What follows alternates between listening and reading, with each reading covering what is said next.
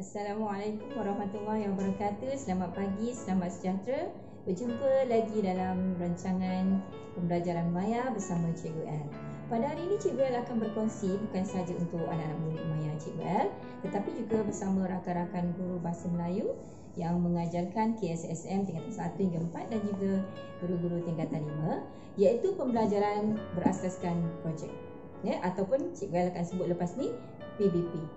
Apa yang dimaksudkan dengan PBP? PBP merupakan satu pedagogi yang rakan-rakan guru dan juga anak-anak murid boleh laksanakan.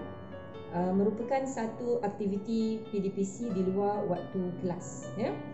Dan aktiviti PBP ini sesuai untuk digunakan bagi merangsang kreativiti murid, melaksanakan apa juga bentuk tugasan yang diberikan. Contohnya cikgu-cikgu berikan anak-anak murid tugas untuk pembentangan, ataupun kita nak mengkaji karya-karya prosa dalam antologi, aktiviti-aktiviti yang berkaitan dengan konsas, aktiviti yang berkaitan karangan dan lain-lain. Jadi PBP ini mampu membantu bukan saja murid, malahan guru untuk menilai kebolehan murid dalam kemahiran insaniah dengan tutur dan juga aspek-aspek yang lain seperti membaca dan menulis.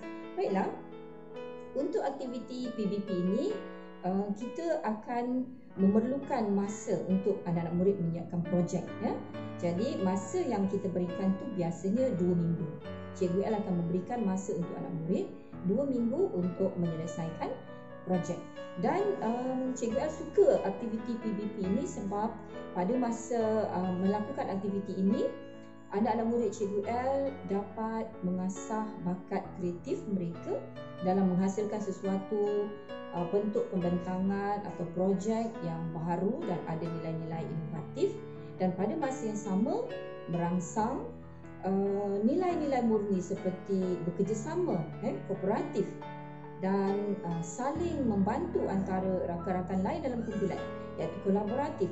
Dan pada masa yang sama guru-guru bahasa Melayu dapat menjadi pembimbing ataupun facilitator ataupun moderator yang membantu memberikan idea sedikit. Namun untuk PBP ini, idea sepenuhnya akan datang daripada murid itu sendiri. Guru mungkin akan selaku moderator ataupun pembimbing memberi sedikit teguran jika projeknya mungkin kurang bersesuaian atau perlu ditambah balik. Baiklah, ciri-ciri PBP ini sebenarnya merupakan satu pedagogi yang terangkum dalam KIP 421 KPM. Jadi selepas ini Cikgu L akan tunjuk dalam paparan di sini. Boleh tengok ini dia. Ini merupakan KIP 421 yang dianjurkan oleh KPM. Jadi boleh tengok sekejap. Okey. Dan untuk aktiviti yang Cikgu L lakukan bersama murid-murid di sekolah, Cikgu L akan sedaya yang mungkin menyesuaikan dengan DSKP. Sebab dalam pembelajaran ataupun PDPC KSSM tingkatan 1 hingga 4 ini, guru-guru perlu menyelesaikan semua SP yang terkandung di dalam DSKP. Jadi bagaimana caranya dalam keadaan kita yang bercuti panjang PKP ini dah lebih sebulan, tetapi kita tak dapat berjumpa dalam sesi pembelajaran yang realiti di dalam kelas. Jadi walaupun secara maya, cikgu-cikgu masih boleh meneruskan pembelajaran dan menyelesaikan SP-SP yang perlu dicakupi dalam pembelajaran bersama murid. Untuk SP yang bersesuaian dengan PBP, Cikgu L akan sebutkan beberapa. Sebenarnya ada lagi yang lain mengikut kreativiti guru nak sesuaikan. Antaranya untuk di SKP tingkatan 3, SP yang bersesuaian untuk PBP ialah SP 1.4.2, iaitu berbicara untuk menganalisis isu semasa yang didengar, ditonton atau dibaca dalam situasi formal. Begitu juga SP 1.5.1 bersoal jawab untuk mencabarkan idea secara kritis dan bertata susila. Ada lagi SP-SP yang lain yang boleh cikgu sesuaikan untuk memberi ruang dan peluang kepada murid-murid kita menghasilkan kreativiti dan inovasi mereka dalam pembentangan. Antara aktiviti-aktiviti yang biasa Cikgu L lakukan untuk PBP bersama anak-anak murid tingkatan 1, 3 dan 5. Cikgu L di sekolah mengajar kelas-kelas TSSM dan juga tingkatan 5. Ya. Jadi antara aktiviti yang sesuai dijadikan sebagai projek, projek PBP, antaranya lakonan Komsas, lakonan ataupun persembahan puppet. Murid-murid membuat klip video movie seperti kartun animasi berdasarkan bahan-bahan Komsas ataupun isu-isu semasa yang Cikgu L tentukan. Kemudian rakaman puisi, membuat model, untuk di SKP kita ada yang memerlukan murid mereka cipta. Jadi di situ boleh disesuaikan membuat buku skrap, sama ada buku skrap secara tradisional menggunakan buku lukisan, ataupun sekarang Cikgu L percaya ramai anak-anak murid yang mempunyai pengetahuan teknologi yang lebih baik daripada Cikgu L, jadi mereka boleh menghasilkan buku skrap digital ataupun penceritaan secara digital.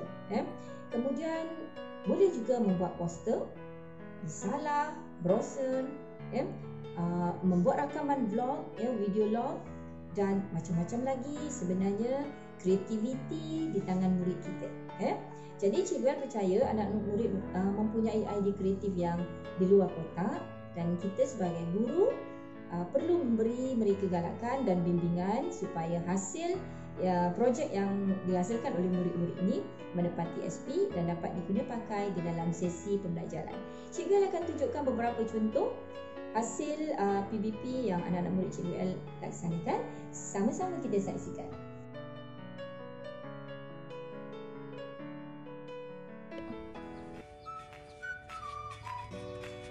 Assalamualaikum semua. Kami Siti Naadilah binti Musa dan Nur Jaraja Bani Hijau Azam akan mempersembahkan satu video mengenai pencemaran alam di Malaysia. Selamat menonton.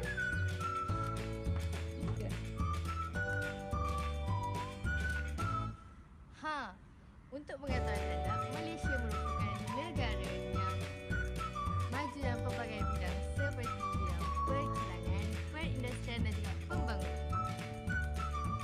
Dalam usaha mengejar kemajuan negara dan meningkatkan taraf hidup penduduk, tanpa disedari kegiatan ini mengakibatkan pencemaran alam sekitar. Syita, Assalamualaikum. Awak sihat?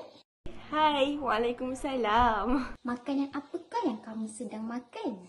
Oh, saya sedang makan Maggi ni. Awak nak cuba?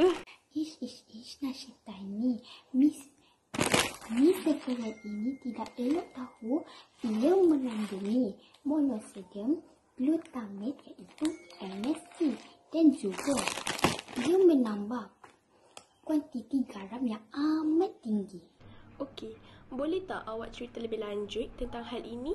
Mestilah boleh. Untuk pengetahuan awak, ketika ini sekarang ini mengandungi banyak bahan penambah.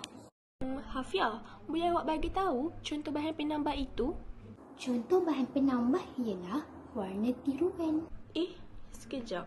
Adakah warna tiruan menyumbang kepada kerosakan saraf dalam badan maupun visual serta pembelajaran? Wah, betul juga apa yang kamu katakan. Hafia ni, mana ada. Saya teringatlah cikgu yang pernah membicarakan hal ini.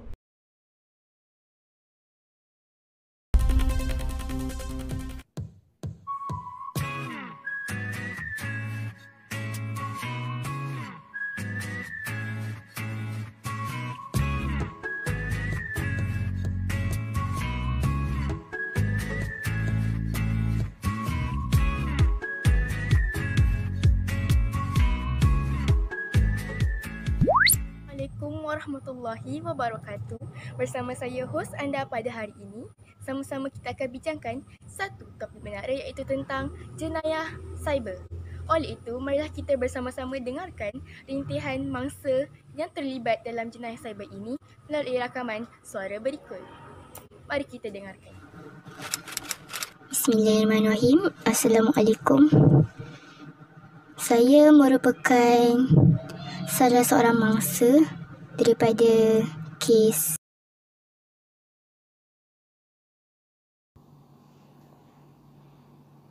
Sejak kecil lagi, Parjo membantu emak dan bapanya menjual tapai ubi. Sebut saja tapai ubi Wak Salikon, semua orang sudah tahu. Nama Parjo sudah sebati dengan makanan tersebut sehingga rakan-rakan sekolah memanggilnya Parjo Tapai. Parjo tapai. Proses membuat tapai ubi amatlah rumit kerana banyak batang larang yang perlu dipatuhi.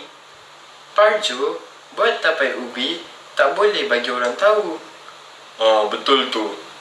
Buat tapai ubi juga tak boleh bagi dia kena kotoran dan minyak. Baik mak, baik ayah. Semoga perkongsian Cikgu Al ini memberikan manfaat untuk semua. Budayakan PBP dalam PDPC Bahasa Melayu untuk melahirkan murid-murid yang berfikiran kreatif, inovatif dan di luar kotak.